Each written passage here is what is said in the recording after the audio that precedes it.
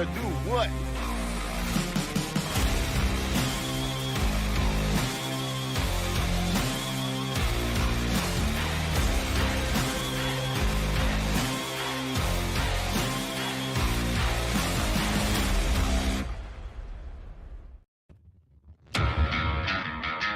Making their way to the ring, talking about the world of professional wrestling, the team of Jeff Martin and the trendsetter, Bryan Perga, the Jersey Wrecking Crew.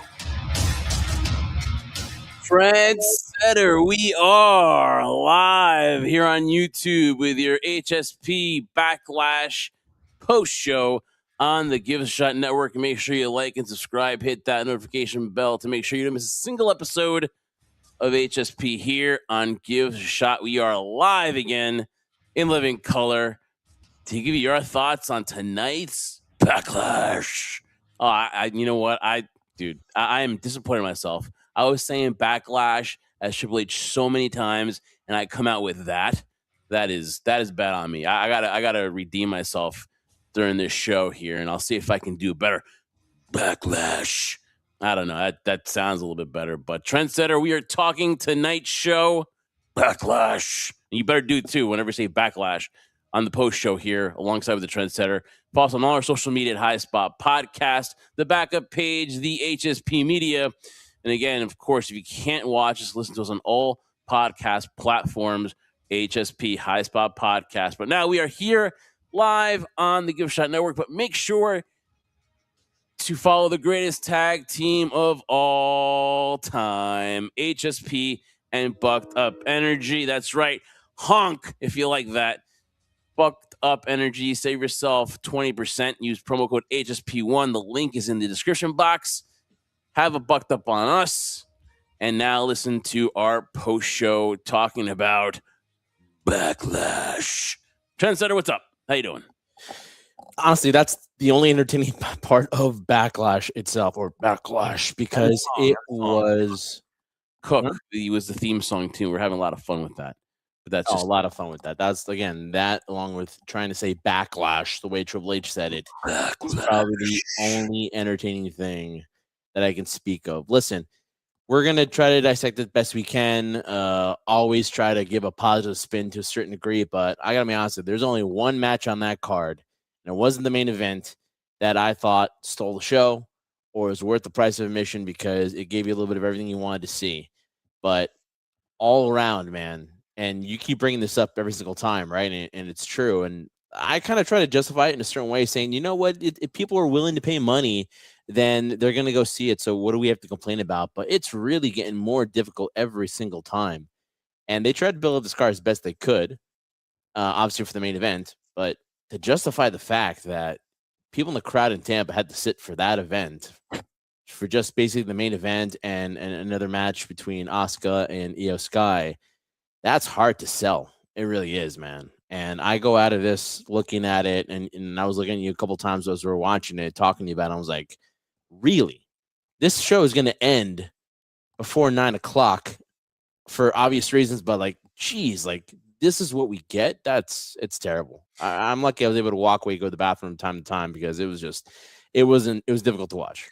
Listen, I'm going to, again, to me, this was like a glorified version of Monday Night Raw, especially with the ending, kind of leaving you in suspense of what's going to happen with Jacob coming Monday night on Raw. I kind of felt like glorified Monday Night Raw, and of course with the blue, with the Backlash colors, Backlash, it was, to me, kind of like a ending to a SmackDown. It felt that way. It just was nothing special about it. We were talking about when they announced Jacob, Fatu, and Roman Reigns as the main event, and you were like, okay, the summer of Roman, you're going to get Roman back. This is the start of it. So it was good. And then you get IYO SKY and Asuka, which, man, when you look at tonight's match, you're like, man, this could have really helped out the WrestleMania card had it happened there. And then you're talking about Seth freaking Rollins and Bron Breakker, and you're like, okay, cool. This is a good, strong start. Then you get a little mix of Danhausen, then you get Trick and Sami, and that rounds out your card. And I think what's deceptive too is that I don't know whether it's just my mind where they tell me that the first hour on ESPN2 is free, and then you switch over for the rest of the show on this ESPN app, or you got to get the ESPN app. You're talking about $30 for 3 extra matches, and if you don't have the, which I ended up starting it on ESPN2, and then I had to switch over to the ESPN app just because I wanted to see what the experience would be like. I think we did the same thing I didn't do the same thing for Mania. We were on that the whole time, but I just wanted to see how it was going to go. That was my little mini experiment. And dude, like, it just feels weird because it's one pay-per-view, but it feels like it's it's like two. Like I'm watching like a pre, and then I'm like only 3 matches for this. It's a little deceptive, but it is 5 matches to the show. And like I said, dude, the end result that I get is just a wee bit higher version of a Monday Night Raw or a SmackDown, and it ends in less than 3 hours. So I mean, it's like you're watching kind of an episode on Raw on Netflix. And listen, 15,000 people there. They seem to have a good time.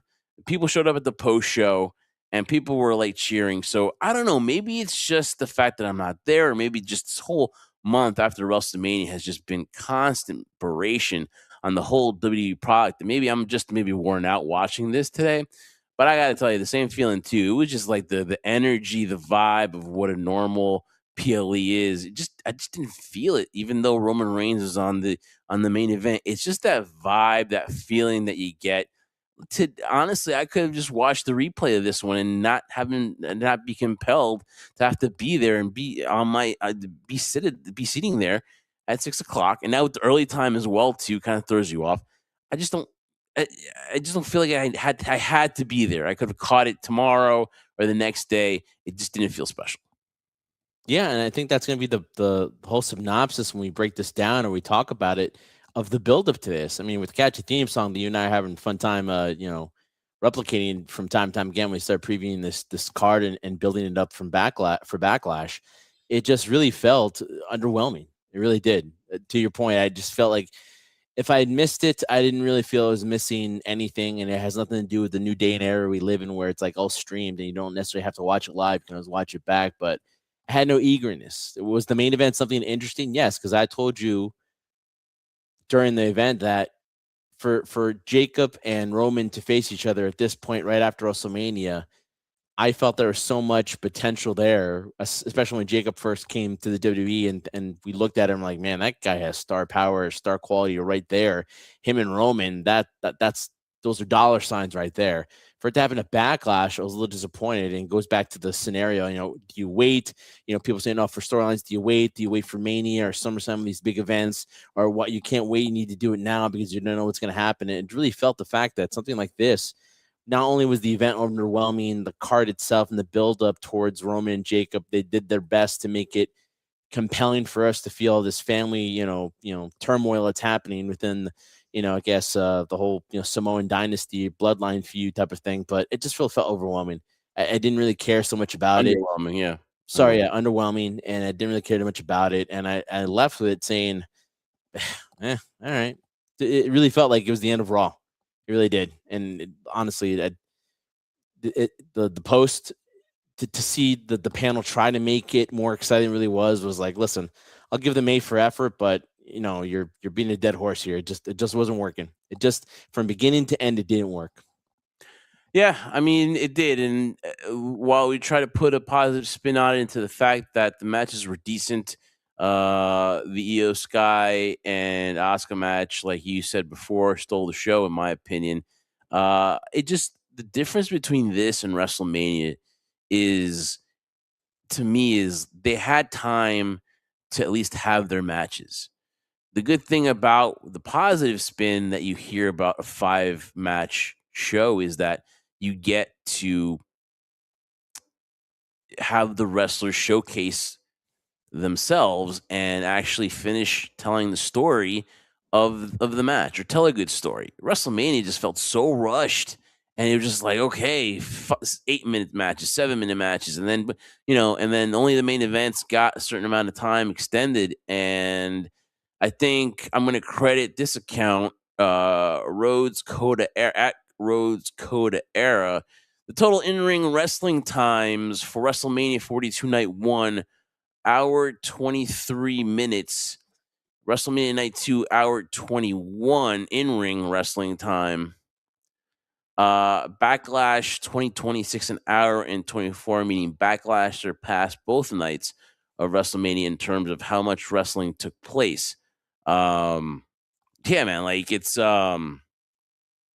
it's kind of like, man, like I don't know if today they made an attempt to give us less commercials or they heard us, but because it's WrestleMania, they're gonna force feed us to death. Whatever the ads that they want to run. But this one kind of felt a little bit more like breathable. Like the show got to breathe at least a little bit. There wasn't that much gap in between matches, and it flowed. You want a wrestling event to flow, so if it's under 3 hours, I think it's fine. And then you get the John Cena segment, which you get to see John Cena, so you got your money's worth. But uh, as we head down the card now, I mean, again, though, it just at the end of the day, it like you said in the close, like it is felt just like the ending of a Raw or SmackDown. It just we're gonna see the continuation, and it just didn't feel big to me. It didn't feel like a must watch that I had to be there to catch any of these matches, and that's to me where I don't know if they can get that feeling back anytime soon. I really don't. I think their Doesn't look next like it to I me. think I think their next event is Clash in Italy, which is a Sunday now at 2 p.m. And so we'll see what the matches are there. But you gotta think it's the first thing we thought of was like, oh, this is WWE's money grab here. 5 matches for this event, and they're gonna squeeze as much money out of the Italian fans as possible. And that's what they're there to do. And if we get Cody versus Gunther, that's going to be one match. That's for the title. So it looks like they might flip flop back and forth. PLE is when the title gets defended because Cody didn't defend it on this show today. So we'll see what happens. But I don't know, man. Like I was excited for SummerSlam, and now when we looked at the 2-day event, right, we're like, I'm sure they can make a match here and there. I know there's some pretty good ones to make, but I just that excitement, man. It's just I don't know. I don't know if I could get it back so quickly, Trendsetter. I really don't. But we're It's gonna go down. clearly not there, is the No, main premise that I get from this too. And listen, the only positive out of this in a way, and I'm excluding storylines in terms of what we're looking forward to, what's going to happen after Backlash with the whole Roman Jacob Fatu thing, the whole IYO SKY and Asuka's future with the WWE. A lot of people are speculating certain things, rumors are going out there. To me, the only benefit going out of this is that your next PLE is going to be in Italy. It's going to be overseas. And WWE tends to have a better reaction overseas in the last couple of years than they've ever had before as compared to here in the States. So in scenarios where you watch Raw and SmackDown and you see certain events where like there's no pop, no reaction, I don't know if it's going to happen pretty soon because it looks the majority of the time the WWE is now kind of venturing more to other areas outside the States. You're going to get the reaction because they're excited to see the product. They're excited to see WWE, the brand. It's not something they have that often. It's becoming more frequent in the last couple of years. Who knows? They'll reach the part scenario similar to here in the States now, where they just get used to it because it's around so many times as we see it in here in the States, where it's going from town to town. But that's the only benefit they're gonna get. It's probably gonna be another 5-match card. You're right. It's probably gonna be Cody and defending it. It's probably the formula now that every other PLE, it's either gonna be the world title or the WWE Championship on the line in one of the main event storyline. I get that part. But yeah, that's the only benefit going in, that you're probably going to get a more positive reaction from that audience. Most likely, it's not 100% than you would with this one. so let's go down the card. Trendsetter 5-match card. We promise we won't keep you guys up too late because this is as easy a show to dissect. I will say one thing though, it was an easier watch. We were not bombarded with constant ads. We were given the packages, right? We're given the packages to the storylines to make sure we were all cut up. And so it was an easier watch. We'll put it at that. We start off Trendsetter with Seth freaking Rollins and Bron Breakker. And I mean, it went about where we thought it was going to go for Bron Breakker to get the first victory over Seth. Seth's got a tall hill to climb because he is a man that nobody trusts, no one believes in as far as the locker room. He's kind of a lone wolf back there just because he's burned a lot of bridges. That's where they're going with this whole Seth Rollins thing. And you get to the post show, they start questioning whether he still got it, whether the age, whether he still has it in the tank. And he was very reflective and kind of got to the point where even he was having self-doubt in the match with Bron Breakker. And I think that's the story they're trying to tell because they just want to have Seth Rollins come in as the underdog because it's 3-on-1 basically here. No one's going to come help him out. I can't see in the foreseeable future who would line up to help out Seth because of the burned bridges. So that's the story that they're playing with Bron. And now all I can say is for Bron Breakker is I hope he can stay healthy. I hope that now we can see Bron live up to his potential, which he obviously has. He is a stud.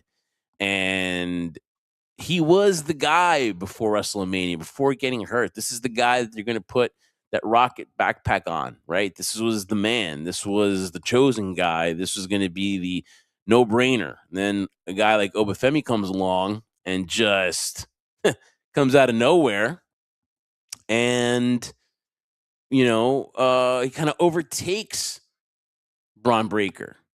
So, again, it's a typical what you thought it was going to be, fighting the odds, not winning the first match, because I don't know how it would have helped Bron if he would have lost this matchup. But you just hope that Bron Breakker can stay healthy and we can see his potential and see if he can revive this vision, which just, again, since the whole Seth Rollins leaving it, and then after the injuries with him and Bronson Reed, it just seems to be just like a faction that's just staying afloat, just staying afloat and trying to stay afloat.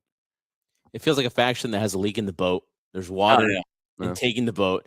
You can dump out water as fast as you can, but it's sinking. So regardless of Bron Breakker staying healthy or Bronson Reed returning in the foreseeable future, Jeff, I don't see any way that this faction, even through all its efforts, because Seth Rollins said it during the post show that he's not done with the vision. So one of the main storylines going past this will be the fact that Seth Rollins still wants to destroy it. So it's going to continue to either one of two things. The vision is dismantled, separated, destroyed, or Seth Rollins is out of the picture and maybe, who knows, goes to SmackDown. And then that's the scenario there. But again, like you said, the thing about this is it was somewhat predictable. We kind of figured that it was going to go this route too. The only thing you look after this is, yes, the story is going to be built on Seth Rollins not questioning himself, regardless of the fact that he's a man on an island by himself and has no friends. I could care less about that. It's more about the fact that they made an emphasis on the pre, the post, and during the show that he's 40. And I'm sorry, Jeff, but I remember the days when you're 40 and you're already you're still in your prime. You only reached 40 and you're starting your prime at 40. Now 40 is an old age in pro wrestling. And now Seth is like, how much gas do you have left in the tank? Okay, I get that point. But to me, the main focus is Bron Breakker. Can he stay healthy? Can he live up to the potential? He's had countless opportunities to get there, but due to injuries, due to being sidelined for a while, due to unforeseeable circumstances, it has not been up there. Guys like Obafemi now have taken that momentum that he had before he was sidelined prior to WrestleMania. Can he gain that back? That's what I'm interested in looking at right now. I'm sure it's going to continue on the story with Seth Rollins, and maybe it will be with Bron. Maybe then he'll move on to Logan Paul or Austin Theory, or if Bronson Reed does come back. But yeah, this is going to continue. But the main focus is after this, a great performance and a good match. It was a really good match. Bron Breakker and Seth Rollins have good chemistry together, and Bron has showed glimpses of, again, his athleticism, his explosiveness, his strength. Can he stay healthy and continue this on till we get a conclusion of the story? And Bron will move his way over back to the title picture. So that's what we're looking forward to. Now, the question, too, is also whether Seth's path to the World Heavyweight Championship, what it looks like. And he's made it perfectly clear that in order for him to move on, he's got to get rid of the vision. He's got to destroy it. He's got to kill it. And that which leads to SummerSlam, which we think that we might get a Seth Rollins and Roman Reigns encounter, which they've teased already now. I think it was previously last week. And so that is what remains, is whether Seth, through the summertime before SummerSlam, can get through the vision and then have what seems to be a date with Roman Reigns at SummerSlam, which would be awesome, which I would be looking forward to. Can he stay healthy though? That's going to be another question. Yeah, it's gonna be exactly. And where does Bron Breakker um, go from here as far as like, can he stay healthy? Can he catch up to Oba? Because right now Oba is on a different stratosphere than Braun, and deservedly so, because Braun has just been unfortunately hit by the bug, WrestleMania season, and he's just coming back. But it's there though. He hasn't lost it though. So real quick, Jeff, at the end of this match, when it was all over, has this boosted Bron Breakker in any way, or just basically stayed the same for you? It's boosted Braun. Okay. But I think Braun doesn't need the vision. I'd much rather see Bron Breakker alone. I think when you put, and I think it was said, somebody made in the comments, I think last week too, when he's with the vision, they look like frat boys. It looks like college frat boys. It just seems like dudes out of college that are. It kind of seems like maybe you can help me out. What's that movie with Seth Rogen and then where he moves into the dorm, where he moves into the dorm next door? Oh, Neighbors. Neighbors, right? It just seems like it's like a kind of like that kind of thing, It's just college dude. So, but Braun needs to be by himself. He needs to be that dog. You know what I mean? Like I don't think he needs Logan and Austin. And no offense to Austin and Logan, but I just don't think. I just think Bron Breakker needs to be by himself. The chemistry's not there. The dynamic doesn't make any sense, and it just seems off. You're right. Braun's better off by himself right now because he's proven that he can go by himself. When he's part of a group, it's supposed to help elevate him. But at this point right now, defeating Seth Rollins in the manner he defeated him in, what more do you want? He doesn't need people helping him. He can do it by himself. Yeah. So there you go with that. Where we go now and talk about Trick Williams and Sami Zayn is, it's not even the match, dude. It's like me being scarred from the funeral of Gingerbread Man, and how frustrating, and how I do see. Here's the thing that I'm going to talk about, and this is less than the match because he retains, Trick does. And now as he talked to the post show, I would love to see him and Carmelo Hayes, go one-on-one. I would love to see Ilya Dragunov back in the picture. Oh, yeah. I just want to see matches, and I want to see the best of Trick. I still think he has a long ways to go with that U.S. Championship before he polishes up and goes for the World Championship, because I do see him being World Champion in the future. And nothing so far has led me to believe that that's not going to happen, right? So I still want to see Trick with Carmelo Hayes. I want to see that feud. And then, I just want to see with a couple other matches. I still think there's some good matches. I want Sami Zayn out of this U.S. title picture now. I want to see him maybe, I don't know, maybe a Money in the Bank is next for him. I think it's back to chasing the World Championship and his eyes set on Cody down the road. But I want to talk about Trendsetter, what is probably the most that I've wanted to talk about, and that is the whole Gingerbread Man thing. And I will say this. I think they got what they wanted about the reaction towards it, because we are going to talk about it, because we have to. But I don't think it's positive in any way. I get it that there is a spot for it, but just the overkill in the last few weeks about this, it just makes me think that when Sami Zayn came out and did the promo and talked about the time being precious and all this for the Gingerbread Man, and then all of the funeral services, and Sami Zayn trying to be the voice of reason, and like, what is all of this? Kind of felt like a huge troll job by the creative when it came to this, because I think it was just a big middle finger to the people that just criticized this. I think backstage they were just getting their shits and giggles on this, because they knew that it was annoying the fans, because this is not what we asked for. This is not what we want on SmackDown. And the question is, how much more worse can SmackDown get? And they just prove us that it can get worse and worse every week. I wouldn't say all the show is bad. There's some highlights, but it's just not a consistently good show. And they're lucky that the ratings are what they are. I sometimes think if they're purposely trying to get booted off of USA Network. But the main thing to me is that you have Sami, who's talking about what we the fans are bitching about this used to be about wrestling, and this used to be about the time for doing good shows and good content, and we get this, and it's basically a big joke and a big FU to us, because in the back they're having their jollies about this whole freaking thing. And when you see guys like Carmelo Hayes in the back, and you see guys like Ilya Dragunov in the back, and you see how badly Julia is struggling, and how this is it just seems to be a really quick descent. And like, how do you explain this with Julia and other superstars as well? The tag team division, and they give us this. There is a place for it. But then again, though, not like this. And I just wanted to give your take, Trendsetter, because I think I've said my piece on it. And I just want to know what your thoughts were, because the fact is, Trick and Sami is what it was. Trick retains, but it's not what I want to talk about. What I want to talk about is what happened on SmackDown. So this is what I want to talk about. No, listen, my reaction to this is, again, I don't want to come off as whining and complaining. And, you're talking about trolling, right? There's no bigger trolling tonight than, forget the gingerbread man thing, than what we saw with Danhausen and The Miz. That was trolling, because when you have Michael Cole out there saying, this is wrestling, and then Wade Barrett saying, this isn't wrestling, this is what I grew up watching, that was the biggest troll to the fans and the people talking on the internet wrestling community, complaining about what we're seeing. Like, we used to complain in the past with Vince was there that this is that cheesy, ridiculous, sophomoric humor that we can't stand, and we're getting it with that.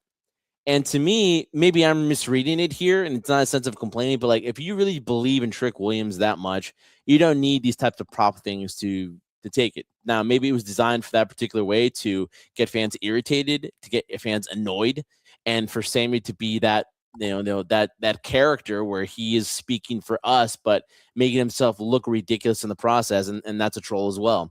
Listen, for what it is, I don't want Sami in the title picture anymore for the U.S. title. If he's going to continue on, whatever happens between Cody and Gunther, or a scenario where he's finding himself mixed in the WWE Championship picture, okay, that's one thing. But and that's not to take away from the fact that Sami and Trick have had great matches, but the storyline in it has been completely uninteresting to me. I could care less about it.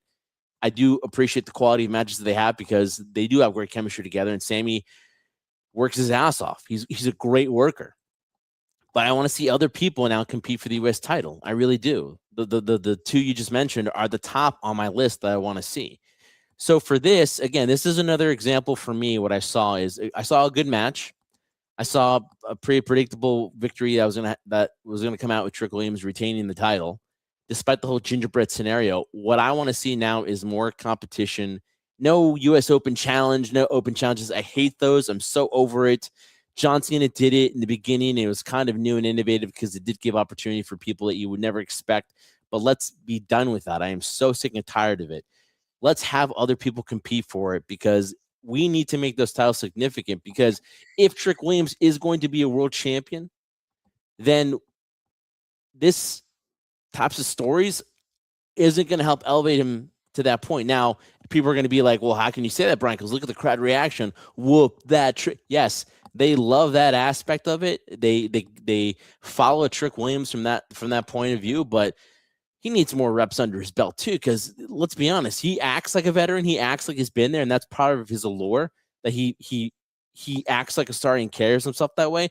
But he needs more reps, and he needs to get in there with people that are far better than him or at his level, so he can elevate himself even more in the eyes of the audience. Now, whether creative thinks of him as a world champion in the future, possibly, but for stuff like this, it's not winning me over as a fan particularly. So to put a nail in it, man, the gingerbread thing, I hope we're past it. Move past Sami. Let's get those other title contenders in line, because I want to see more fights for the U.S. title. Let's make it, again, I'm not going to be, again, saying let's make these relevant again, but let's make other storylines here, because I'm done with this one now. I want to move past it. So good match, a predictable win. Let's move on to something else. Yeah, and I think, though, Sami Zayn, if anything, left Trick Williams in a better spot. So that's kudos for that. But I do want to see him moved away, and I want to see guys like Ilya and Carmelo Hayes given the opportunity. And so now we go on to let's go on to me, Jeff. The match that stole the show, the match we were looking forward to, that I question would live up to the hype, because so many times you look at it on paper and you're like, oh, whatever. But we got, in my opinion, was the match of the night, and this wasn't the main event. And to me, we got taken back to the Tokyo Dome days, in a sense. We saw some Japanese hard style wrestling. That was IYO SKY versus Asuka, the Empress of maybe yesterday. That's still speculation there. In an amazing match, IYO SKY gets the win over Asuka. And listen, we can dissect the match, and I want to ask you your opinion, what you thought of the match. But now it felt to me at the end of the match that Asuka and IYO SKY have that mutual respect, tears in Asuka's eyes. They have a warm embrace, standing ovation. It gave me the impression, Jeff, and I've seen this all too many times too recently, Jeff. You saw it in John Cena. You saw it in AJ Styles. I'm not going to mention Goldberg's name because he doesn't count in the scenario. You saw it in Brock Lesnar. It wasn't, to me, it looked like emotion. Whether Asuka's a good actress, I'll give her that. She might be, but it looked more of emotion of someone passing the torch over to somebody, and somebody looking that their days in the ring might be coming to an end. I mean, what impression did you get for the end, and what did you think about the match? Again, a great match. It should have been on Mania, and then it was stuck on Backlash. And to me, it was a disservice to both these women because this match was a great match. Stole the show. Was one of the best matches the women had this year, and you knew what you were going to get with Asuka and IYO SKY, and you can tell the emotion and what it meant to IYO to be in the ring with Asuka. You can see how the Japanese girls have this kind of are reflective and genuflect to Asuka. While we were watching the match or after the match, there was time in there, I saw something that came up in the timeline where Julia was actually talking via Zoom with Asuka, and Julia just got freaking nervous by even being in the presence of Asuka. So these girls genuflect and have all this reverence to her because she has had this amazing career in Japan and then has come over here. And of course, being undefeated in NXT, I haven't seen anybody on the Japanese level be treated as good as Asuka has and respected and being treated like the star that she is. Then Asuka's had the best career out of a lot of the Japanese people that come over to WWE, and they struggle here. But it just seemed from day one, Asuka had this respect that you knew they were going to book her well, that she was going to be okay. You can't say things like that about the other Japanese stars that have come into, like a Shinsuke Nakamura, which you and I thought it was a can't miss. There's no way they can F this up, but they did. But with Asuka, it was just never a doubt. And then she comes on the main level and she just continues on. The only thing you could ever go back to Asuka's career and be like, man, was that the right move? Was Charlotte ending Asuka at WrestleMania. Me and you were there, and we were like, man, and then for Asuka to, kind of like tell Charlotte, hey, you're ready for Asuka. I don't know if I needed that at the time. Could have been used for another time. But when you look at Asuka's career, it's been as good as it could be in the WWE. Tag team champions, women's champion. She has had the best career ever, and she'll go down. She's Hall of Famer. And did I get the image that she was done?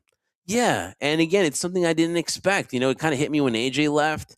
It kind of hit me. I don't know whether Asuka's retiring or going back to Japan and wrestling, or whether it's just time to go. I don't know. But if it is, she's done everything here. She's done everything possible. It's not like she's not leaving without anything. Like, man, if only she could have done this championship. Or nah, dude. If she goes out by passing the torch to IYO, who is easily top 5 right now in the women's wrestlers when you rank them. I think Bleacher did a report where she was number 5 after all these, after being, to me, brought a notch level by Rhea Ripley. No offense, it's just the booking on that. But to me, she went from Evolution to being on this and then just sank to the bottom of the sea because of Rhea Ripley.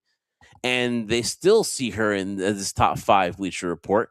And this, to me, just helps IYO get back to that spot where she used to be. And then usually they don't break character at the end like that. If Asuka's a heel, she's not going to hug IYO SKY and give her kudos, but she did.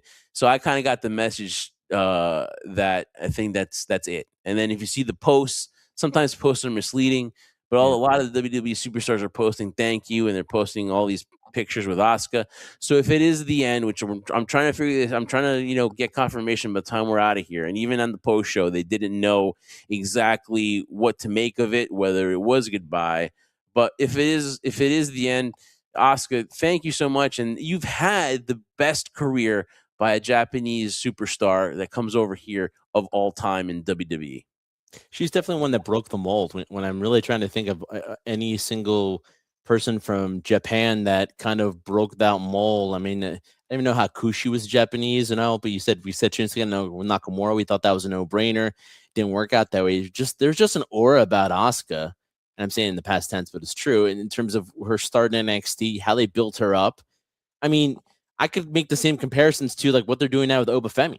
In terms of like that, you're building this person as this indestructible force, this unbeatable type of person. And even when Asuka did lose at WrestleMania, when we saw that against Charlotte, a lot of people sounded disappointed. Now, it wasn't the shock similar to Undertaker losing his undefeated streak at WrestleMania, but it was more of a feeling of just letdown because when you look back at it, and of course, everyone wants to play Monday morning quarterback, right? We're like, oh, I wouldn't have done that. But when you look back, did Charlotte really need that win? Did she really need to defeat it?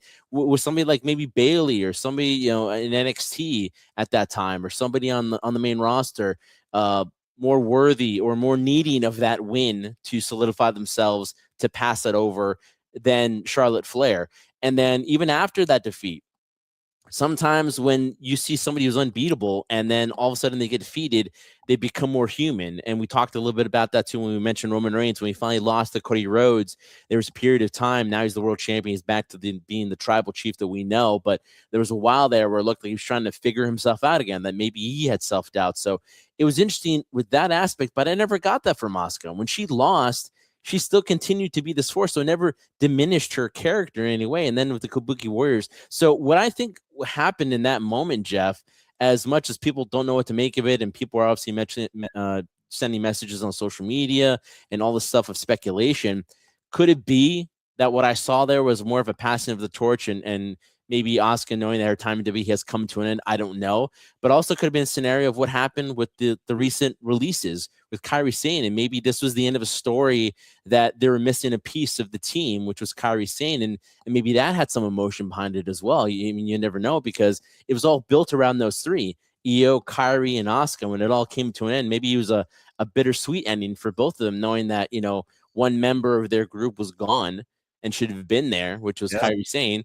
And we didn't get that. We had people chanting, not for a long period of time, but for a little bit, they were chanting, "We want Kyrie," and you could hear it in the arena. Obviously, the commentators didn't mention anything about it or say anything about it, but you could hear it, and maybe it was that bittersweetness. We don't know, but if it is the end, I can't ever recall somebody coming overseas from Japan, male or female, because I don't think it makes the difference, to have quite the impact that Asuka has, and has opened the doors for individuals like IYO right now, who's super hot in WWE, and Julia, who's lacking that, but was seen when she was first brought to the company as potentially that as well. I mean, you look at Julia's entrance is kind of an homage to Asuka too. So I thought she was going to be the next Asuka. Yeah, she had it. I mean, she had that aura about her in the beginning. Yeah, she had that same style coming over here, and it just for some reason has not stuck. And I think it's just, I'm not going to say it's all bad creative, but I just think you have to also do your part in trying to resonate with the fans and the fan base and stuff like that. She's a sweetheart, dude. Don't get me wrong, but it's just you got to resonate with what you're doing. And I don't know. Maybe why do you think Asuka resonates so well compared to everyone else? Dude, it's is there a particular thing you can notice about her or no? You know what it is? It's her. Even though she did not speak the language, when she came out, she had this confidence. She had this, like the way her mannerisms, the dancing, the facial. To me, she spoke a lot with her face. Yeah. So I think that if you can't communicate with verbally, you can still communicate a lot with your facial reactions and just her movements and the eyes and just dude, that was like, man, you just couldn't keep your eyes off the entrance, and then her masks, and then as she evolved with the face paint, and then she had when she's, I don't even know, the mist, like that, all that stuff that she added too, it just continued to evolve. And like, It's an homage to Bermuda too. And then even when her words were short, they still were effective. Even when she was yelling for Kyrie and she was like, Kyrie, like that was, that you were scared. And then Kyrie, of course, playing scared to not wanting to piss off Asuka because of the aura of the way that they have like this fear. They don't want to. So, dude, at the end of the day, too, what sucks is that even for the last second, I thought Kyrie was going to come out. I thought they would have come to an agreement or something like that just to end that chapter, whatever like that. But I don't blame Kyrie or whatever to come back just to do that. Whatever. She's in Japan. Hopefully she's doing what she loves. And do I wish she was still on there? Dude, the way they were booking her, there was no reason to let her go. It was just like she was getting key victories in some of the matches too. And that's somebody else too. If you think to me, IYO SKY is the next person that WWE has treated well, think about this. It still doesn't match Asuka because IYO SKY was going to be released by the company. If not for Bayley asking to bring back IYO and Dakota Kai, Dakota Kai was already released. IYO SKY was on the verge of being released if she had not been released already. True. And she came back. So you can't even say that those careers would ever match up because now obviously they see what she was and the fans see what she is and they love her now. But if you go and IYO SKY can never surpass Asuka because Asuka never had it bad. From the beginning, the fans accepted Asuka. The one moment that you can only question is the WrestleMania match. Yeah. And other than that, she's had her losses, but she's had more success. And NXT run, say what you want, whether it's developmental or not, only her and Oba have gone, have put the belts on the mat and left. Mm-hmm. So, that's and even Oba lost, Yeah. Asuka didn't. So a lot of respect there. So, Jeff, real quick, one question more I want to ask you before we move on, and this has nothing really to do with the match itself, but now with Asuka potentially looks like she might be on her way out. Again, we don't know yet. We're only speculating from what we saw in the ring. It showed that, right? With AJ Styles leaving, John Cena done, people now seem to be, talk about Seth Rollins, talk about his age and, how he doesn't know how much ice left in the tank. Is WWE now dealing with a problem here now where a lot of the main stars that were the focal points are leaving and maybe they don't have enough to back it up once they're gone? I don't think it's a problem. I think it's a problem that's happening so close together. No, I think you never want all that to happen all at once. I don't think so, but I think that they're more prepared than you think of like, wow, like who are we going to bring up and everything. I think that the women's division, dude, is so loaded. It is so like, that is the women that keep coming up in like the new girls that are coming up in NXT, even the girls that you see that are in Evolve, the girls that are in AEW, dude, it is such a rich crop that you can pick and you're going to be okay. The women's division now to find another Japanese star, luckily they have somebody like IYO, but that's tough to find another Japanese star like Asuka. But if you're talking about just women in general, I think the women, honestly, I think sometimes when I see Charlotte now and Alexa in the mid card and not, I'm like, man, I think they've moved on from that. Yeah. It's hard to me to think Charlotte's anywhere near on the women's championship level. Yes, obviously she's got the pedigree, but to me it's hard to believe. And Becky now in the mid card with the IC championship, it's like kind of like a slow kind of turn that the horsewomen now are kind of moving past it now, and it's not theirs anymore. So to keep it short, I'm sorry, but like I think that the women's division is just rich. I don't think they have to worry about that. The men's division, I think they're a little bit less prepared, but I think having a guy like Obafemi, all you need is one, dude. All you need is one, right? Because it's tough to find a generational talent, and I think they found one with Oba. So if you have one, you're on the right track. If you had none, then it's like ruthless aggression when you're like picking, here and there and stuff like that. But you have one at least. So yeah. I think they were preparing. I think they saw the writing on the wall that we have to push these new people here because we can't be relying on Punks and AJs and John Cena's and stuff like that. We just can't. We have to evolve. So hopefully Braun Breaker and Nova Femi can do it. But just your thoughts. Do you think that they were caught off guard? I think they were a little bit better prepared than it may let on.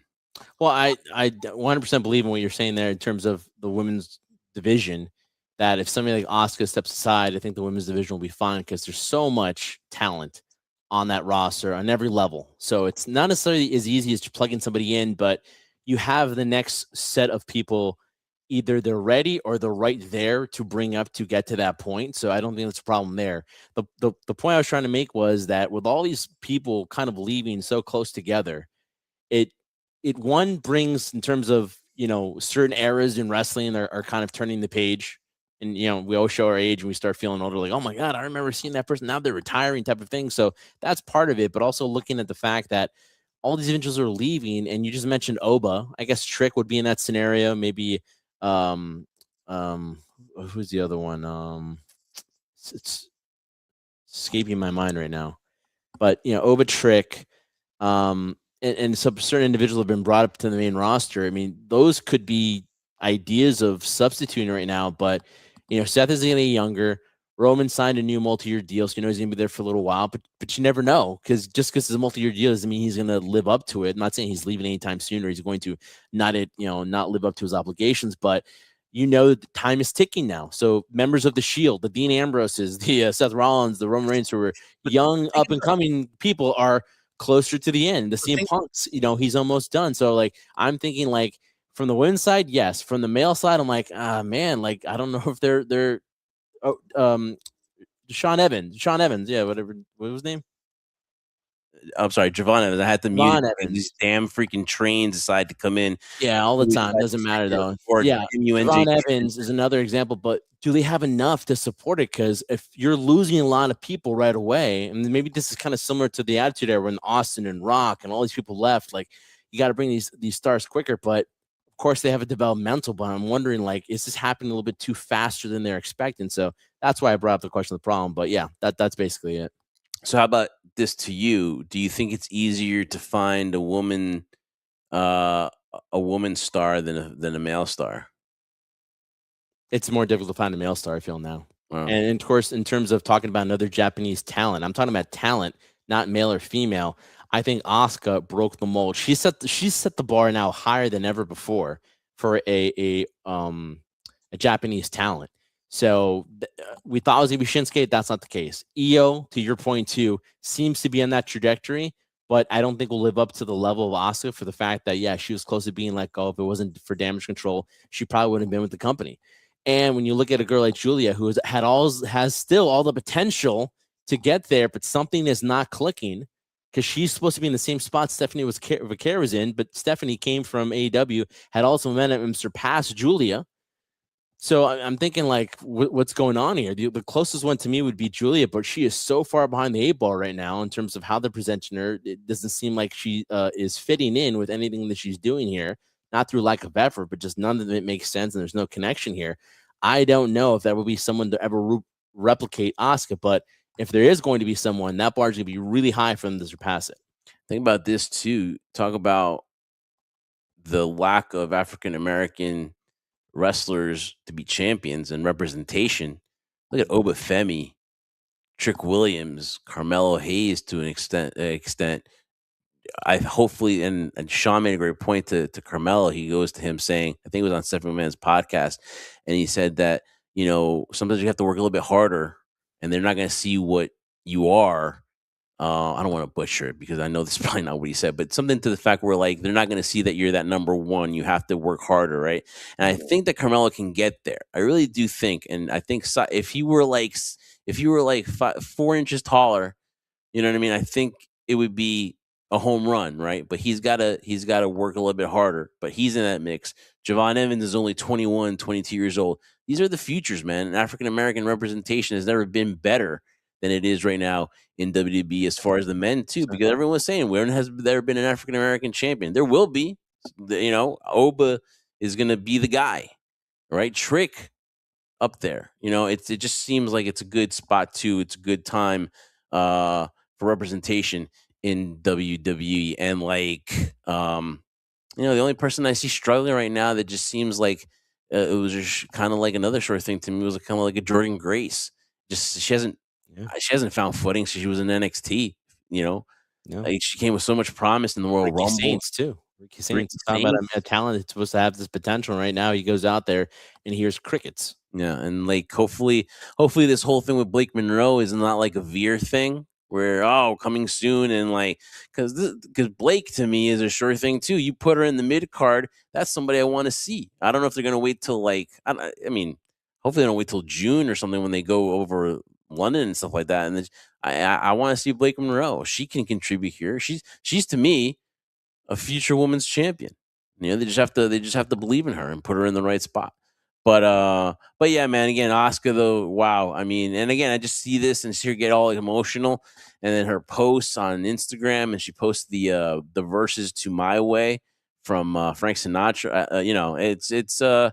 You kind of start thinking that it could be could be the end. And when you see, let's say Asuka and Brock and AJ and John Cena, all these legends leave, you feel a little bit older. But think about this, trendsetter.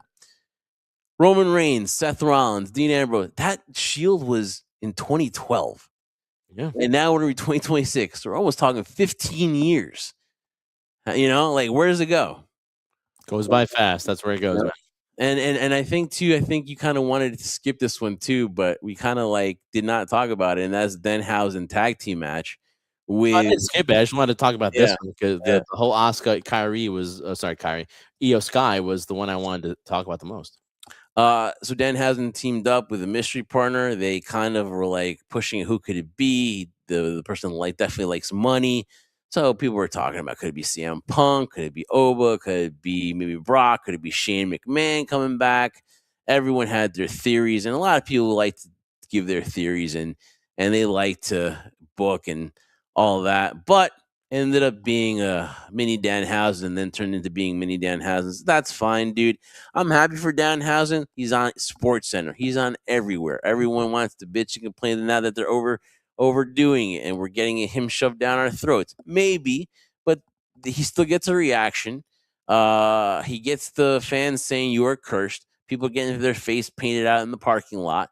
So they're riding this thing until it just dies or something like that. They're beating this thing till the wheels fall off. I'm happy for Danhausen, man. It just shows you what the machine can do for you.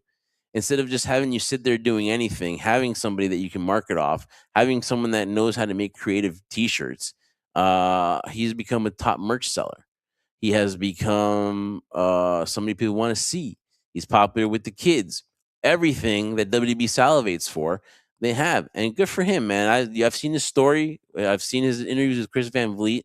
This guy busts his ass on the indies, gets signed by AEW, and then has a so-so career. I didn't know what he was. It was kind of like I didn't do my research on him, and then when I saw him, I was like, okay, I see this. It kind of fit like AEW's kind of thing, but even they didn't stick to it, and they fumbled in the aspect where they could have made money from merch. They could have all this promotion stuff, and they didn't. And WWE, they get their hands on it, and it's like this machine. There's Danhausen everywhere. So listen, I'm happy for the guy, but in a 5-card show, it doesn't fit. And that's why if this was again a 7-card show, match or whatever, fine. It has a spot, but 5 matches and this is it. I can see why the fans kind of be like, hey, listen, man, I'm paying good money here to see this. This is kind of cool. It's funny. It was good. It was entertaining, right? It was part of your Baskin Robbins 31 flavors thing, and it did appeal to people. But when you have a match card with 5, I'd much rather see this on SmackDown. Yeah, I mean, that's the point I was going to make too. If this was something on SmackDown, this is SmackDown's main event, I wouldn't have a problem with it. But the mere fact that you're asking people for a PLE, which is going to be the highest of the highs in terms of quality matches or storylines that you're going to get, and you're going to be paying significantly more for a ticket to a Backlash or PLE show than you would a Raw or SmackDown. and you're giving me something like this. For the entertainment factor, I'll give them credit. It was entertaining to certain degrees, and he did have trickles here and there. And listen, I think a lot of people also during his time in AEW would not know that Danhausen actually can wrestle.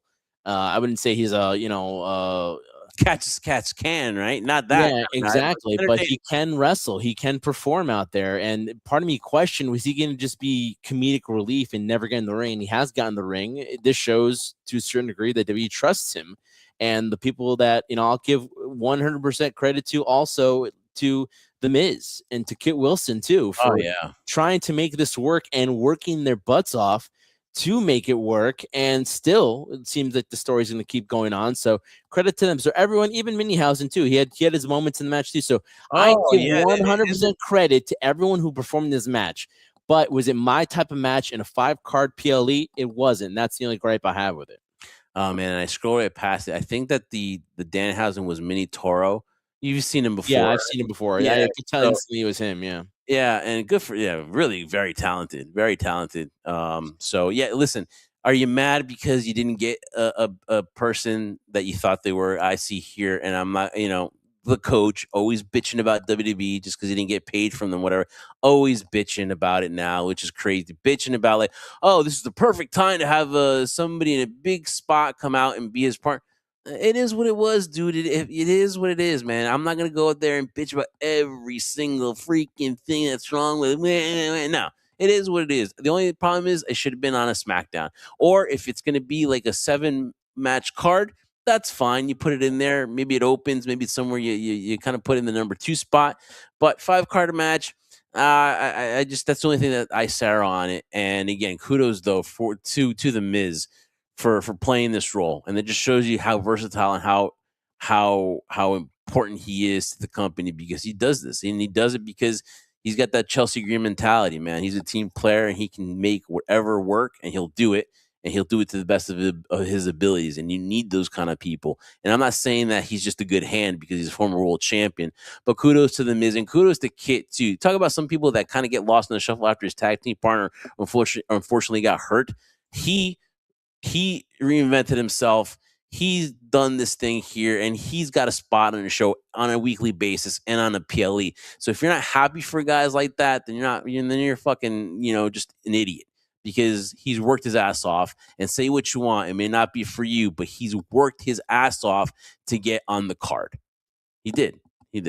And you feel, Jeff. No, but seriously though, I agree with you. I said it too. Like, I'm going to tell you, anyone who was in this match, I give 100% credit for, and they worked their asses off to make it work. Was it entertaining? Yes. Was it a good match? Yes.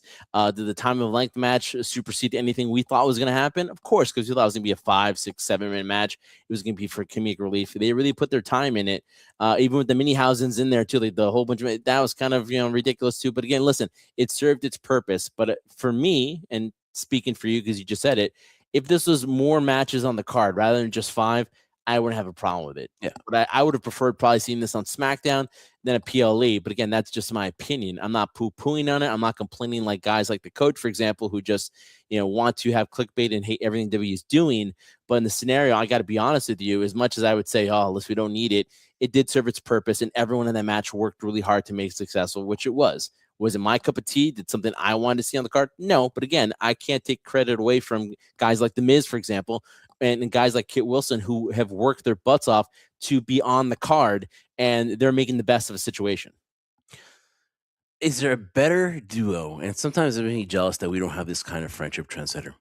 Cam Scatterboo and Jackson Dart are at the UFC in Parental Center in our backyard, and they're there together. And you can tell it's a bromance, Trendsetter. Because they like each other. I just that could be us, man. They're inseparable. And Cam Scatterboo is just a nut job, but a funny and compelling nut job. And that's the kind of guy that you would run through a brick wall for. But why can't we be Cam Scatterboo and Jackson Dart? You're really asking me that question? Well, besides talents and hot girlfriends and all that stuff, I mean, but the reason why, Jeff, is because that don't add up there, because we are not them. Yeah. And they will never be us. Thank God. Yeah, like successful But, non-girlfriends. exactly. And But making tons of load of money. John Cena comes out looking sharp. I loved his haircut. He was walking like a peacock. He was strutting because he felt good, man. That hair looked amazing tonight. I preferred it better than his WrestleMania hair. It looked so much better. And he's walking in his pinstripe blue suit. He announces the John Cena Classic.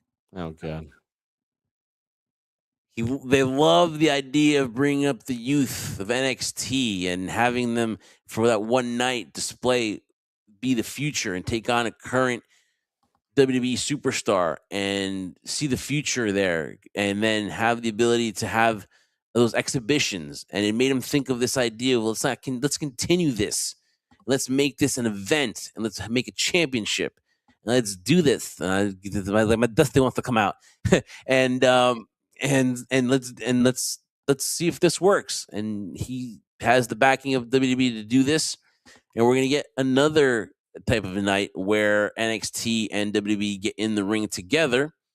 And then the only issue I have, Trendsetter, which is kind of weird, is like even if you lose, the fans have the voice. You were not officially eliminated. You can still be a champ. I don't know how that's gonna work. Yeah, me neither. Right? But everything else is cool. I'll watch it. And it's gonna be a once a year thing, the John Cena Classic. If anyone deserves to have a classic, it's John Cena, probably the greatest of all time, of course. But what do you think of the announcement now that there's going to be a yearly John Cena Classic, and it's going to involve NXT and WWE? Now, someone made a great point, Trendsetter, but I'll let you react first, and then I'll give you what that great point was that I saw on the social media. So, what do you think of the John Cena Classic? I can't wait to see the point on social media. But I think for me, it's something different. Listen, everything is good in theory until it's actually presented. So that's why John says, I hope this is successful. I'm going to try to do everything I can. Now, if I was going to use the final match of John Cena, that event, which is Saturday night's main event, as an example of it, if we're going to see things like that, then I'm all for it. You know why? Because not only is it NXT stars, but just it could be people from Evolve too. It just allows the audience to see other talent that per se you would think that everyone sees everything. If you're a fan of WWE, then you're going to watch NXT, you're going to watch Evolve. Not necessarily the case, but in the scenario where maybe you don't see a talent on NXT consistently or don't even watch it and you're just watching Raw or SmackDown, you're just one particular part of the brand. If you see these individuals, you're like, oh, who's this person? Who's this girl? Who's that guy? So it does work in that sense, and it is helpful because it did elevate guys like Oba, like what Cody was able to do with Oba. Not to say that it wasn't going to be in that trajectory, but in terms of how much giving he was in that match, and basically it looked like he was going to lose until the match ended and it's qualification, whatever the case might be. Oba looked really good, and it helped project him even further to where he is currently now. And Soruka is another example too of her being able to defeat Bayley and looking really good doing it. And sometimes when you're put in those situations where a lot more eyes are watching you, you see whether you crash and burn, and she obviously didn't. So it's helpful in that way. To me, the rules don't make a lot of sense on what John was explaining. I'm sure they're going to explain further down the road and into what he meant. But if you're talking to me that wins and losses don't matter and fans can actually vote you in to become a champion, then what's the point of the matches then? That's my question, because it doesn't make a whole lot of sense. You would think it'd be something similar to the G1. I'm not dating myself, guys, but the G1 is such a classic tournament out there where it was a point system, which didn't make a lot of sense either. But you saw it because you want to see people who you never saw face each other, or never be in a scenario where they face each other, go through this tournament to be a champion or win a trophy, to get a title shot, for example. Now, the other interesting caveat on that too is that there's going to be a new championship introduced in WWE. Now, I don't know it's going to be a championship just for winning the classic, because the way John Cena said it looked like it was going to be a championship that's going to be defended in a sense. But No, again, I think he wasn't your thing. I think it's like, I know, but the way he said it, a new championship introduced. So is this something like, well, yeah, it wasn't really King and Queen of the Ring. Do you have like a complimentary title for it? That could be it. Or the Owen Hart Cup, where you have that. That could be it, right? But interesting. Just the rules don't make a lot of sense. But hey, listen, if this is a way, and say whatever you want to say about John Cena, whether you think he's the greatest of all time or not, John Cena, though, in recent memory, to me, has been the only person, especially towards the tail end of his career, when he became the U.S. champion and developed the U.S. Open Challenge, was a huge advocate and has shown through, especially towards his last match on Saturday night's main event, that he continually wants newer stars to be exposed to a larger public. And this is going to be another scenario where that's going to be an opportunity. So it's interesting, has a lot of potential. A lot of questions still remain, but am I looking forward to it? Yeah, I'm looking forward to it because it's something new and something different, especially if John Cena's behind it.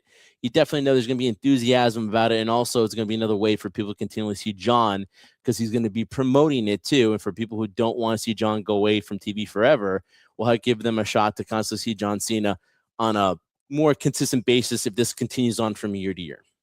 Now, I just found out breaking news that La Catalina is going to be on AAA tonight on YouTube. So I have to wrap this up as fast as possible. Let's do it. Miss La Catalina. Guys, thanks, everybody. Just tune in and you'll trust me. You'll understand why we have to wrap this up fast. Because La Catalina makes her AAA debut. And I'll talk about AAA. AAA Mania will come into September 11th and the 13th. So listen, Undertaker's been killing it. If you want to see a show where you can just watch a show and enjoy it, AAA, man. AAA is just doing a tremendous job. And who would have thought?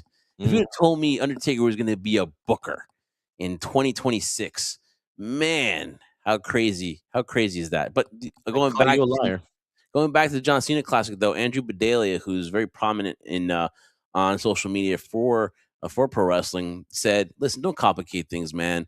Just give us the King of the Ring, and you can do that as well with NXT stars as well. And I kind of agree, man. I kind of agree. I don't know why the King of the Ring just doesn't get why it's so much stop and start with it, and they just don't continue with that, because that was such a great thing, man. That was such a great thing to do, and that's where you could have NXT stars get in there and have a Queen of the Ring too, whatever like that, because I think that would have been cool to do. But the John Cena Classic, man, it has John Cena's name behind it, so it'll be curious to see what happens, and we'll see when they decide to have the yeah, but real quick, Jeff, to that point, there is a King of the Ring, there's a Queen of the Ring, but now it's in Saudi Arabia, and that's where they kind of have the scenario too. The only difference is it's not a one-day tournament; it's the finals happen in that time. Yeah, but I mean, you can still evolve NXT stars and put them in there. So, but again, you can't really complain that much for something that John Cena is putting together too. So it was successful on that night where he retired too. So we'll see what happens. Now, Trendsetter Roman Reigns, Jacob Fatu for the World Heavyweight Championship. Listen, as much as they put Jacob, and you can tell that Roman Reigns went out of his way to put the rub on Jacob, right? Because the everything that led up to this, where Jacob has gotten the best of Roman Reigns. It was very tough for me, though, to believe that Roman was losing tonight. It was really hard. And now you guys that are here in the chat room, I want you to please talk to us. Get in the convo. We want you guys to interact. Get in the chat. We're answering your questions here. We want to hear from you. Get on this freaking chat and let us know what you thought about Backlash. Let us know what you liked about it, what you didn't, your favorite match. If you're a fan of Danhausen and you want to stick up for Danhausen, let us know here. Tell us about what you think about the John Cena Classic. I want you guys to interact. This is what it's all about. We're talking here, but we want to hear from you. So don't get on this chat and again, talk to us here. We want the conversation. So please, like The Rock said, bring it, man. Bring it. Or else I'm just going to go and watch La Catalina and wrap this sucker up eventually here. And we're going to just cut off this whole Roman Reigns and Jacob Fatu conversation. Anyways, I digress. But at no point did I believe that Jacob was going to win. But they did a good job in the involvement of Jacob into this guy that they didn't want to bring in here, that they were worried about. The reason why Jay, Roman, and Jimmy didn't want to have him here, because Solo brought him up here. And Paul didn't want him here in the company. You kind of saw the evolution of that kind of Jacob Fatu. So that's a good thing. The match was good. The whole lead-up was good. But, again, I just didn't believe that Roman was going to lose the championship. But he sold his ass off, the Tongan death grip, Everything was made to make Jacob as this next believable guy.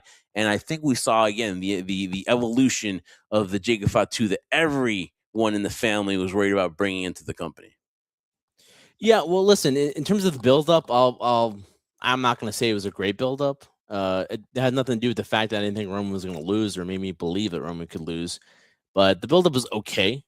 Could have been better. There was a lot more story there for the span of almost 3 weeks where they had to build this up when this could have been built up or Easter eggs could have been thrown in a long time ago. And listen, the WWE isn't short on doing that, right? But they never did. In terms of making Jacob believable, yeah, I guess to a point, I could agree in the sense that after the match was over and Roman ended up retaining the title, that you had Jacob, attack him further, left him on the floor, lying and gasping for air. And honestly, holding the title over him, standing over him, if people took a thumbnail of that, they could have said and posted for clickbait that Jacob Fatu defeated Roman Reigns and became the new WWE World Champion. That would have worked, but it doesn't make me in the sense, maybe the general fan, but people who have watched Jacob Fatu in the Indies and seen him come up, and then when he made his debut in the WWE, Jeff, were going crazy for him right from the beginning. Like I told you before, when he first started having matches in WWE, he was already looking like a strong guy. I said to you before, and you looked at me too, with dollar signs in your eyes, saying, "Man, can you imagine him and Roman? That's money right there, right?" That's what I mentioned at the beginning of this live stream. I didn't need to see that ending in order for me to believe that Jacob is not on that same level or could be at that same level of Roman. I give Roman credit because he was working really hard to make Jacob look good, but not necessarily because the match itself was good enough for people to believe that Jacob. I mean, people were chanting for Jacob too. They're chanting Jacob and they're chanting OTC. So it was going back and forth. The one thing that I get annoyed a little bit sometimes, and this is my internet wrestling persona, is that it's clear to me now more than ever, not that it wasn't before, but looking at this match as an example, that finishers don't mean anything anymore. Finishers are absolutely meaningless in the world of WWE or pro wrestling in this case, with all the false finishes we get.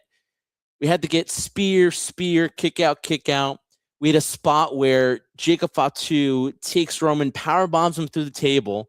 7 seconds later, and I counted in my mind 7 seconds. So I was thinking, okay, how long is this spot going to last for? Taking him out where he's kind of left in a heap, motionless, comes in, throws him to the turnbuckle, and then as Jacob runs at Roman Reigns, Roman comes in and spears him and goes for a quick cover, 1-2 kick out. It just proved to me that spot meant absolutely nothing. And yes, I know we as fans love the false finishes sometimes. Like, oh my God, where'd that just see 1-2? Oh my God. But like, can we make these finishers believable to a certain degree? You don't have to. False finishes, yeah. These false finishes sometimes get overblown out of hand. So that's my gripe on it. It still was a great match, I felt. Build-up could have been better. I could have held off this for a little bit, and then people were asking, well, who else would we have put in there? Who knows? Danhausen, maybe. I don't give a crap. But I would have loved to have this built in further and further. Who knows? Maybe towards SummerSlam. That's me. That's the long-term story mindset that I have sometimes, especially for an event like this. Clearly, this isn't the end of it, although Roman did say at the end, as he was gasping for air and his voice was hoarse. That too. The fact that this is the end for Jacob, whatever, and then the post show panel talking about how now it's Jacob might not be part of the anymore because of Roman Reigns' stroke and stuff like that. Well, whatever the case might be, we're gonna see this again. It's gonna build up. The big question though, Jeff, and I'm gonna ask you this, and nobody mentioned this during the panel. I don't know if we missed it during falling in and out of consciousness during some of the show for Backlash, but where were the Usos? Where were those? You have your tribal chief getting beat up. In the comments. I think somebody made a comment about it too. They did a meme about it about that. Where were the Usos, man?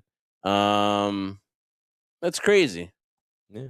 So yeah. So like I'm looking. I love here. We have at Paul _clown _Levesque new era. Yeah, it is a new era.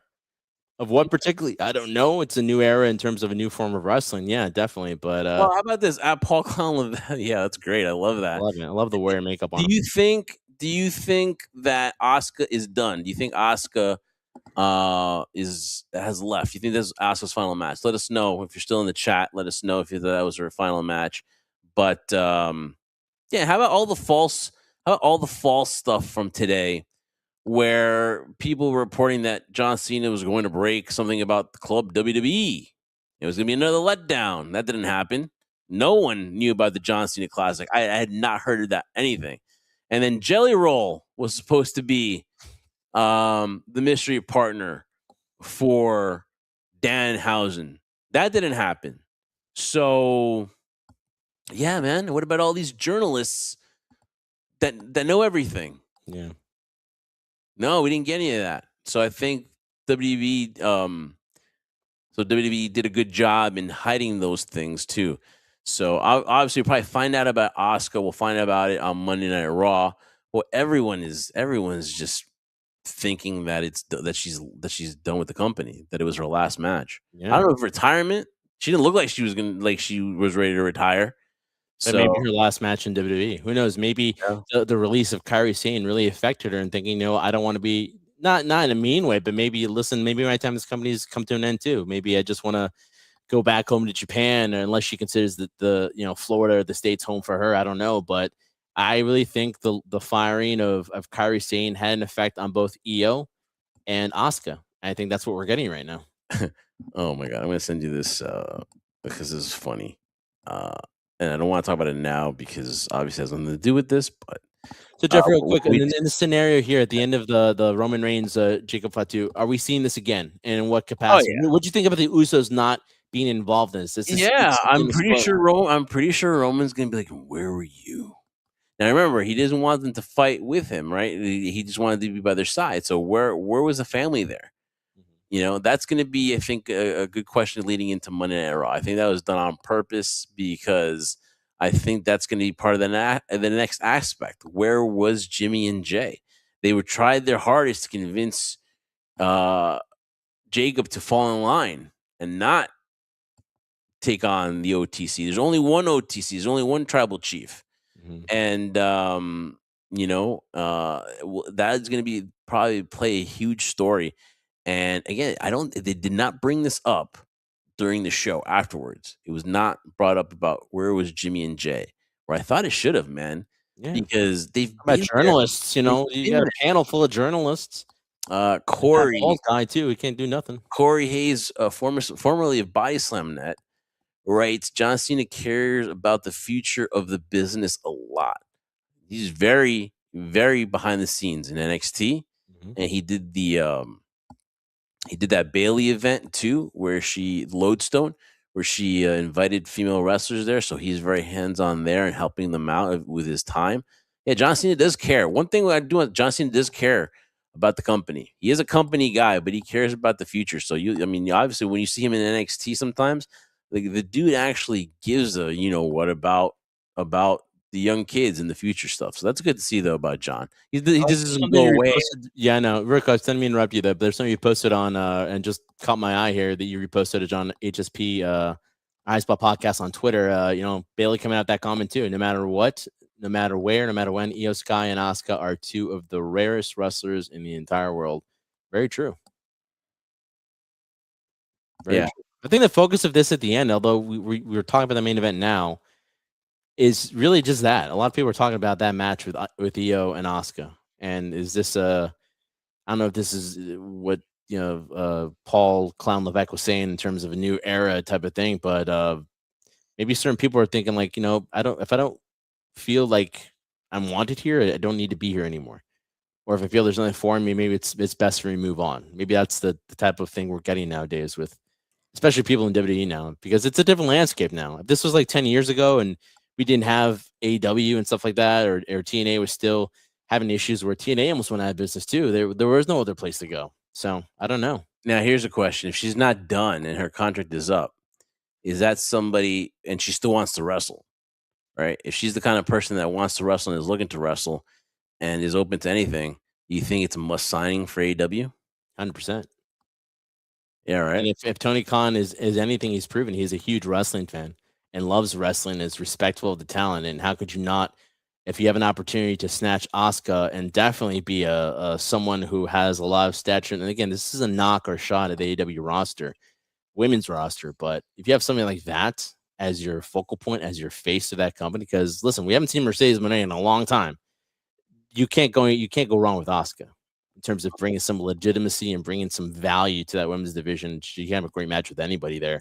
Yeah, it would be a no-brainer to me. And let's be clear, if you think about where Asuka's going to be in WWE, her stature right now, it's not going to be in the main event scene or vying for a world championship. I think that's part of the also where you have to come to the realization that that spot's not there for Asuka anymore. So, like, I mean, she's done everything, right? You would say that. You'd say sometimes if you're going to leave and you're still going to continue to wrestle, you've done everything you can in this spot. Sometimes you just need to start over and you need to go someplace else and have new matches and just refresh. So, but 100%. again, though, like we were trying to get confirmation if this was indeed her last matchup in WWE. Again, it could just be like one of those where it's just an emotional time. It's just with the release of Kyrie, and then just this matchup against somebody that she admires and loves in IYO SKY, and the respect is so much there. It could be just an emotional night and stuff like that. But a lot of it is just the eye test. You know, the eye test says that this might have been her last matchup, her last night in WWE. We'll see. Hopefully, we'll find out on Monday Night Raw. But Trendsetter, I mean, besides that, we covered everything. And man, look, we stayed on here. We thought it was going to be a short one, but I thought it was going to be 15 minutes. I really did. I really did. But we got into the whole. Listen, we had a lot to talk about, man. We hadn't been on the air this week. We were trying to give you a lot of content too, but this week, we just couldn't even get to the preview. But we had a lot to discuss and got into good conversations here. And this is what we do here at HSP. We talk about the conversations. We talk about it in a realistic manner, where it's basically we don't, we just try to give you a rational kind of like evaluation and a post show reaction to what's going on. If you guys enjoyed the show, congratulations, man. That's great. If there's nothing you found wrong with it, kudos too. But people have different opinions, and we want to hear, just keep the dialogue going, because we want to hear from you, because we want to hear your opinions, what you thought was good, what wasn't. If you disagree with us, please do so. Please disagree with us and let us know what you thought we got wrong. And we're here in the chat for just a few minutes. Join the chat and let us know. That's what we're here for, man. We want to interact with you, the members of the crew, and we love doing these YouTube lives here. We appreciate the Give Us a Shot Network for doing these and let us come on their platform and do it. And that's why we're here. That's why we're part of Give Us a Shot Network, and that's why we just want to grow with this channel and are looking forward to doing a ton more of these as we head into the summer.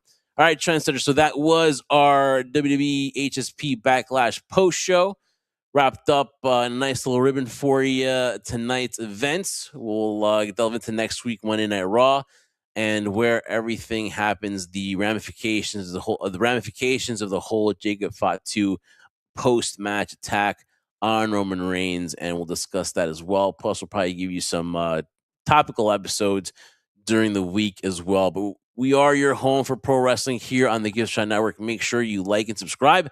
Follow us on all our social media, HSP Podcast, High Spot Podcast on all our platforms. If you can't watch us, listen to us on all podcast platforms as well. All right, Trent, to wrap this up in a nice little ribbon and Bucked Up Energy, the best freaking tag team of all time.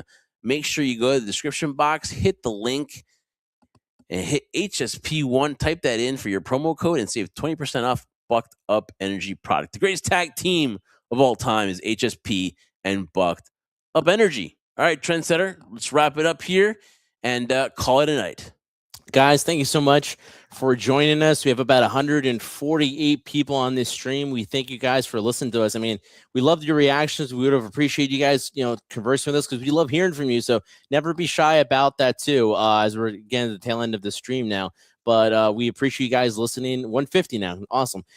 We appreciate you guys listening to us and just listening to what we have to say, because at the end of the day, guys, and not to be so, philosophical here, but all you guys watching on the stream right now, you follow us on social media, you listen to the content we post out there.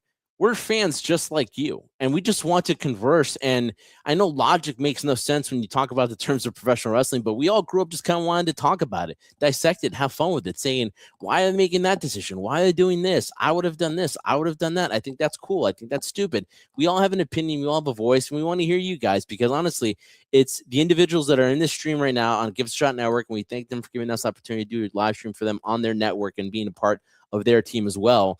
But, it's just interaction. It's just talking about things that we're passionate and we love, and always have a fun time talking about it. That's why I always told Jeff, too, we weren't part of the last couple of WrestleManias for obvious reasons, for TKO's purposes. But, when you're in that atmosphere environment, you just love talking shop with everyone.